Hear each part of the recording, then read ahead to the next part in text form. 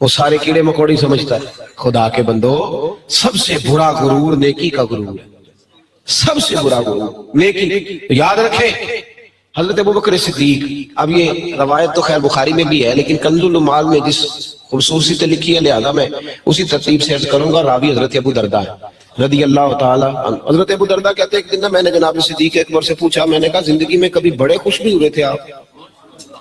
بندہ خوش ہوتا ہے نا جی، بچہ پیدا ہوتا ہے پھر بھی بندہ بڑا، اپنی شادی والے دن بھی بندہ بڑا خوش ہوتا ہے۔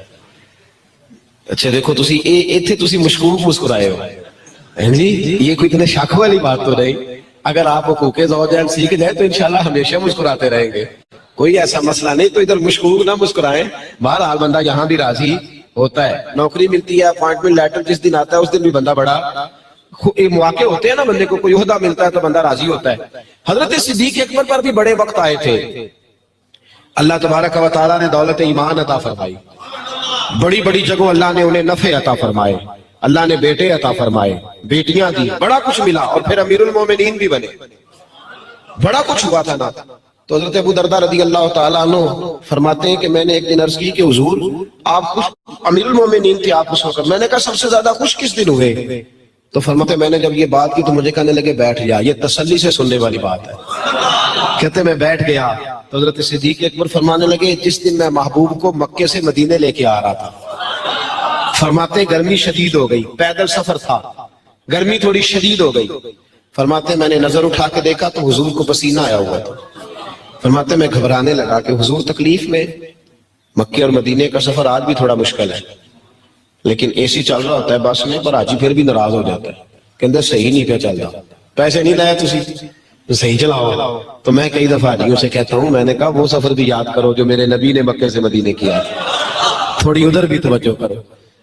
حضرت ابوبکر صدیق فرماتے ہیں محبوب علیہ السلام کو پسینہ آ رہا تھا تو میں پریشان ہو گیا،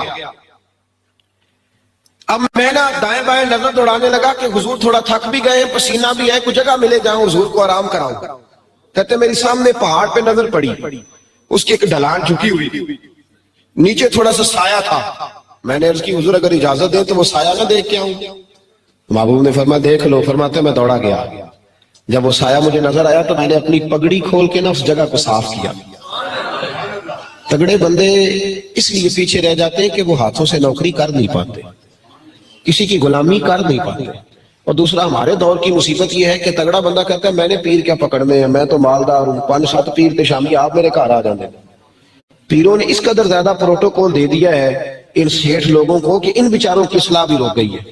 اگر تھوڑی خودداری کا مظاہرہ کریں اور امیر غریب کو پیر بھی برابر سمجھنے لگ جائے تو امید ہے امیر بھی صحیح ہو جائیں گے، لیکن یہاں تو مصیبت یہ ہے کہ مرید ماڑا ہے تو کہتے ہیں صبح 8 بجے آنا، ابھی میرے پاس ٹائم نہیں، صبح 8 بجے بیٹھوں گا میں، اور تگڑا آ جائے تو اس کو کہتے ہیں تو کل بھی آیا سا میری خواب میں، مجھے امید سی تو اللہ ماشاءاللہ اہل اللہ کا یہ طریقہ، رب کریم کے بندے اس طرح وہ تو اہمیت ہی غریب کو دیتے ہیں، انہیں پتہ ہے کہ نبی پاک علیہ السلام نے فرمایا میرا دین غریبوں میں آیا تھا، غریبوں میں ہے، غریبوں میں رہے گا، اور قیامت میں جب میں جنت میں جاؤں گا تو آگے پیچھے دائیں بائیں غریب لوگ ہی ہوں گے۔ نبی پاک کو غریب نواز کہا جاتا ہے، امیر نواز نہیں کہا جاتا، اگرچہ حضور سب کے لیے محبوب رحمت ہے، لیکن کیا کہا جاتا ہے؟ بولے غریب نواز، یہ میرے محبوب علیہ السلام کو کہا جاتا ہے، اور غلاموں کو بھی غریب نواز کہا جاتا ہے۔ تو مہربانی ہونی چاہیے مشائخوں کے غریب نواز ہی بنے، امیر نواز نہ بنے، غریب نواز ہی بننا چاہیے۔ عام دام برسر مطلب حضرت ابوبکر صدیق کہتے ہیں میں نے وہ جگہ صاف کی، پھر اپنے کندھوں سے چادر اتاری اور وہاں بچھائی، پھر عرض کی یا رسول اللہ تشریف لے آئے۔ کہتے ہیں حضور آ کے لیٹ گئے تو میں سوچنے لگا کوئی ٹھنڈی چیز ملے نا تو محبوب کو پیش کروں۔ حضرت ابو درداء نے روک لیا، کہنے لگے ابو بکر صرف حضور کو گرمی لگ رہی تھی، آپ بھی تو ساتھ تھے، آپ کو نہیں لگ رہی تھی؟ تو جناب صدیق ایک پر فرمانے لگے ابو درداء مجھے تو تب گرمی لگتی نا جب توجہ میری اپنی طرف ہوتی، میری ساری توجہ محبوب کی طرف تھی، میری توجہ ادھر تھی، جن کی سمت سیدھی ہوتی ہے انہیں پھر اپنا خیال نہیں رہتا۔ جناب ابو بکر صدیق رضی اللہ تعالیٰ عنہ فرماتے ہیں کہ میں ڈھونڈنے لگا کہ ٹھنڈی چیز ملے، ایک چرواہا بکریاں چرا رہا تھا، اس کے پاس گیا، میں نے کہا ایک بکری کا دودھ دو گے؟ کتنے کا دو گے؟ اس نے کہا ڈیرے پہ تو 3 دینار، یہاں 4 لوں گا۔ میں نے کہا تو اس سے بھی زیادہ مانگتا تو میں دینے کو تیار تھا۔ فرماتے ہیں میں نے اس کو جب وہ تیار ہو گیا تو میں نے کہا کہ پانی کہاں سے ملے گا، کنواں کہاں ہے؟ کہنے لگا کنواں بڑی دور ہے، آپ نہیں جا سکتے۔ میں نے کہا دور نہ بتا، تو ایڈریس بتا۔ اور پھر میرا جانا نہ دیکھ.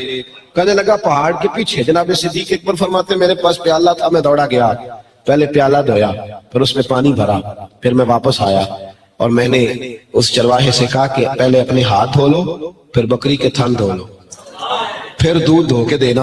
وہ مجھے کہنے لگا یار بڑے نفاست پسند ہو. تو فرماتے میں نے کہا میں نہیں نفاست پسند, جس کے لیے لے کے جانا ہے اسے اللہ نے بڑا پاک پیدا فرمایا. نبی ابو بکر صدیق رضی اللہ تعالیٰ عنہ ارشاد فرماتے کہ وہ مجھے کہنے لگا آپ خود ہی دودھ دھو لیں. حضرت ابو بکر فرماتے میں نے وہ دودھ دھویا, اس کو 4 دینار تھمائے, پھر وہ پیالہ پکڑ کے دوبارہ کنویں پہ گیا, وہاں سے پانی نکالا, اس میں وہ پیالہ رکھا, دودھ ٹھنڈا کیا, پھر میں حضور کی طرف آ رہا ہوں اور دل میں خیال آتا ہے کہ کہیں حضور آرام کر رہے ہو تو میں تو جگا بھی نہیں سکتا, اور اگر محبوب جاگے نہ اٹھے نہ تو یہ تو پھر گرم ہو جائے گا.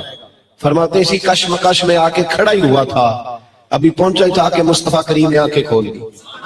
ابو بکر کیا لائے ہو؟ فرماتے گھٹنوں کے بل بیٹھ کے میں نے وہ پیش کیا تو میرے محبوب نے جب اس پیالے کو منہ لگایا اور پہلا گھونٹ حضور نے پیا تو فرماتے میرے آنسو ہی نکل گئے, اور جب حضور نے سارا پی کے کہا نا ابو بکر دل ٹھنڈا ہو گیا, تو فرماتے میں ابو دردہ اس دن میں اتنا راضی ہوا کہ نہ پہلے کبھی ہوا تھا نہ اس کے بعد کبھی اتنا راضی ہوا.